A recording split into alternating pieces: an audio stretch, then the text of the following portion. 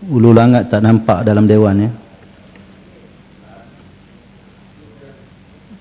Kubang Krian. Assalamualaikum warahmatullahi wabarakatuh. Terima kasih kepada yang di-Pertua. Alhamdulillah rabbil alamin wassalatu wassalamu ala Rasulillah wa ala alihi wa ashabihi wa man wala. Saya ingin merakamkan ucapan terima kasih pada yang di-Pertua kerana membenarkan saya untuk mengambil bahagian dalam membahaskan ucapan junjung kasih atas titah ucapan Tuanku Agong yang telah dititahkan baru-baru ini. Yang di-Pertua, dalam ucapan titah yang telah dititahkan kepada kita semua, saya memahami bahawa apa yang dihasratkan oleh yang di-Pertuan Agong adalah untuk sama-sama kita memahami, dan ucapan itu ditujukan kepada semua kita, sama ada daripada pihak Pakatan Rakyat ataupun Barisan Nasional, yang saya menganggap kita dalam Parlimen dan juga di luar Parlimen adalah mempunyai hak yang sama dan tidak ada yang lebih daripada satu yang lain. Oleh sebab itu saya juga ingin menarik perhatian supaya perkara ini boleh bukan sahaja didengari tetapi boleh diamalkan, khususnya dalam pelaksanaan dan tindakan yang akan dibuat oleh pihak kerajaan selepas daripada ini. Saya juga ingin memohon supaya apa yang dihasratkan oleh tuanku untuk semua kita menghormati keputusan yang telah dibuat oleh rakyat akan dilaksanakan dengan sebaik-baiknya. Saya yang berada di negeri Kelantan sangat merasai perkara ini, yang selama 23 tahun berada di bawah ataupun PAS dan Pakatan Rakyat selepas daripada itu, apa yang telah diamalkan oleh pihak kerajaan persekutuan khususnya kepada pihak kerajaan negeri Kelantan, yang akan saya sebutkan sekejap lagi dalam masa yang ringkas ini. Cuma dalam menghormati keputusan rakyat ini, saya merasakan bahawa orang yang biasa kalah macam kami akan lebih mudah untuk menerima keputusannya daripada orang yang biasanya menang tapi tiba-tiba kalah. Dia akan mengambil tindakan-tindakan yang kadang-kadang tidak wajar dan sangat membimbangkan. Dan dalam proses penerimaan sistem demokrasi ini, saya mengambil kesempatan yang ringkas ini untuk melahirkan rasa kecewa dan merakamkan kecaman dengan apa yang berlaku di negeri Mesir, yang telah berlaku satu rampasan kuasa yang telah dibuat oleh pihak tentera terhadap presiden yang dipilih dengan sah oleh rakyat dan diiktiraf dalam sistem demokrasi yang telah lama ditunggu oleh masyarakat Mesir. Dan saya juga merasakan perkara itu patut dibuat kenyataan yang sama oleh pihak Parlimen dan juga pihak kerajaan Malaysia. Tuan Yang di-Pertua, dalam mengatakan perkara yang berkaitan dengan kedaulatan undang-undang yang saya sebutkan tadi, bahawa kita tidak ada perbezaan di bawah undang-undang ini, saya kadang-kadang merasa pelik dengan apa yang telah diucapkan oleh beberapa rakan kita daripada pihak BN. Misalnya apabila diperkatakan berkaitan dengan Perhimpunan Aman dan juga demonstrasi, seolah-olah yang melakukan Perhimpunan Aman ataupun demonstrasi ini hanya di pihak PR, sedangkan pihak BN dan juga UMNO biasa melakukan demonstrasi dan juga Perhimpunan Aman ini, tapi tidak pernah pun dikecam dan tidak pernah pun diambil apa-apa tindakan. Sepatutnya kalau demonstrasi itu tidak boleh, semuanya tidak boleh. Tetapi kenapa di pihak PR sahaja yang dikatakan mengancam keselamatan negara? Adakah kerana demonstrasi itu berjaya, perhimpunan itu dihadiri oleh ribuan ataupun ratusan ribu manusia, dan yang dibuat oleh pihak BN tidak mendapat sambutan? Tiba-tiba kita yang mendapat sambutan ini dikira mengancam keselamatan dan terkeluar daripada lunas undang-undang yang ada di Malaysia. Begitulah juga apabila diperkatakan berkaitan dengan penghormatan dan juga penghinaan terhadap tuanku ataupun raja-raja yang ada di Malaysia ini. apabila mendengar apa yang diucapkan oleh rakan-rakan kita daripada pihak BN, seolah-olah mereka sangat suci daripada melakukan perbuatan-perbuatan yang dianggap sebagai penderhakaan pada pihak raja ataupun sultan yang ada di Malaysia ini. Seolah-olah hanya pihak PR sahaja yang apabila bercakap, apabila melakukan sesuatu, mereka derhaka pada raja.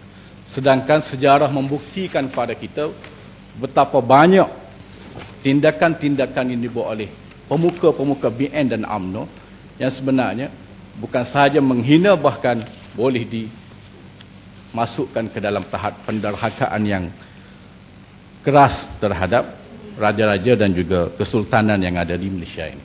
Jadi saya mengharapkan perkara itu dapat kita fahami dan kita melahirkan taat setia kita kepada pihak.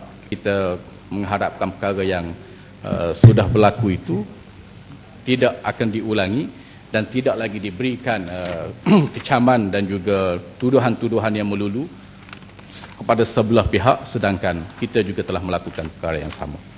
Yang berhormat yang di-Pertua, dalam masa yang ringkas ini saya juga ingin mengambil kesempatan untuk mencadangkan kepada pihak Kerajaan Persekutuan atas asas menghormati keputusan yang telah dibuat oleh rakyat memilih Kerajaan Pakatan Rakyat di Kelantan secara khususnya untuk memansuhkan terus Jabatan Pembangunan Persekutuan yang telah dibuat di Kelantan selama ini. Yang saya rasa walaupun di sana ada boleh jadi alasan-alasan yang telah dikemukakan oleh pihak Kerajaan Persekutuan, tapi sedikit sebanyak dengan penubuhan Jabatan Pembangunan Persekutuan ini telah mengganggu perjalanan pentadbiran Kerajaan Negeri Kelantan telah dipilih sah oleh rakyat. Misalnya apa yang boleh saya katakan, apa perlu pihak Jabatan Pembangunan Persekutuan melantik penghulu dan juga ketua-ketua kampung yang baru, sedangkan kita di Kelantan sudah ada ketua kampung dan penghulu yang dilantik secara sah oleh kerajaan yang dipilih oleh rakyat. Bukan sahaja kalau kita nak sebut membazirkan wang kepada sesuatu yang tidak diperlukan, dan sepatutnya wang yang ada itu boleh disalurkan kepada rakyat yang lebih memerlukan daripada melakukan perkara-perkara yang tidak sepatutnya. Begitulah juga dengan apa yang telah disebut oleh sahabat saya daripada Bacok berkaitan dengan royalty. Saya tidak faham kenapa ada rakyat Kelantan yang begitu beria-ia cuba menafikan hak yang sepatutnya diterima oleh rakyat di negerinya sendiri.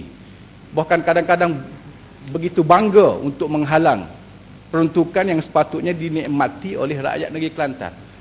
Kalau betul royalty itu tidak diterima ataupun tidak boleh dirasai oleh rakyat Kelantan, kenapa Kerajaan Persekutuan membayar wang ihsan kepada Jabatan Pembangunan Persekutuan dan sekarang ini telah memakan jumlah lebih daripada 1 juta. Apakah makna wang ihsan yang diberikan kalau boleh minta Tenang, penjelasan boleh ya. pasal royalty. Kalau yang di-Pertua bagi saya 1 jam, saya bagi lalu. Pendek je kita. Tak benarkan. Tak apa, tak nak merah, tak benarkan. Boleh tak? Kita dah ada jawatankuasa khas. Boleh Tak bagi? ada, Kita tak benarkan. Saya baik. sambung. Ya. Kita boleh bincang di luar. Sila gulung. Gulung dah. Satu saya nak sebut. Ya. Kenapa kalau boleh dibayar wang ihsan, itu adalah menunjukkan bahawa negeri Kelantan dan rakyat Kelantan sebenarnya berhak untuk menikmati hasil daripada royalty ataupun hasil minyak yang ada di perairan negeri Kelantan. Dua perkara yang saya nak sebut yang akhir yang kedua. Yang pertamanya, Ringkaskan. saya bersetuju dengan apa yang telah dicadangkan oleh pihak yang berhormat Ketereh berkaitan dengan pembinaan stadium, yang saya merasakan Kelantan adalah satu-satunya negeri yang belum ada stadium yang telah dibina oleh pihak kerajaan pusat. Yang ada itu telah dibina oleh kerajaan negeri semenjak tahun 1978 dan sampai ke hari ini alhamdulillah tidak pernah runtuh walaupun sekali, dan stadium itu telah memberikan jasa yang sangat banyak walaupun diremehkan dan diperlekehkan, tapi saya merasakan padang yang ada di Stadium Sultan Muhammad Keempat sebenarnya lebih baik daripada apa yang ada di Bukit Jalil yang dipunyai oleh pihak FAM. Jadi saya menyokong kalau pihak Kerajaan Persekutuan membina stadium-stadium lain sebagaimana janji yang telah dibuat oleh yang berhormat daripada Pekan. Setiap kali datang ke Kelantan, mesti janji yang akan dikemukakan ialah untuk dibina stadium. Begitulah juga dengan airport Ya. ataupun lapangan terbang Sultan Muhammad keempat yang saya merasakan perlu dinaik tarafkan, bukan sahaja dipanjangkan landasannya, tetapi dinaik tarafkan sebagai lapangan terbang antarabangsa yang sekarang ini menyaksikan setiap hari hampir 58 penerbangan pergi dan balik beberapa syarikat penerbangan yang ada di Kelantan. Kalau boleh, sekarang ini sudah menjadi separa antarabangsa, sudah ada penerbangan daripada Kota Baru ke Singapura. Apa kata kalau lebih baik dibukakan menjadi lapangan antarabangsa secara sepenuhnya, misalnya untuk penerbangan-penerbangan ke Bangkok, ke China, mana rakyat yang ada di Pantai Timur tidak perlu lagi datang ke Ya, terima kasih Kepala Penggerian. Akhir sekali, untuk permintaan sebagai ahli parlimen, kalau boleh saya ingin memohon pada pihak menteri yang menjaga parlimen ini supaya dinaik tarafkan sedikit penggunaan internet yang ada dalam dewan, kerana saya cek tadi, walaupun saya difahamkan di Kuala Lumpur ini kelajuan yang sepatutnya yang boleh dicapai adalah 20 megabyte per second, tapi dalam parlimen ini 0.5 pun tak dapat. Ya. Saya minta supaya dipertingkatkan untuk kemudahan kita semua. Terima kasih. Ini Ketua. Terima kasih.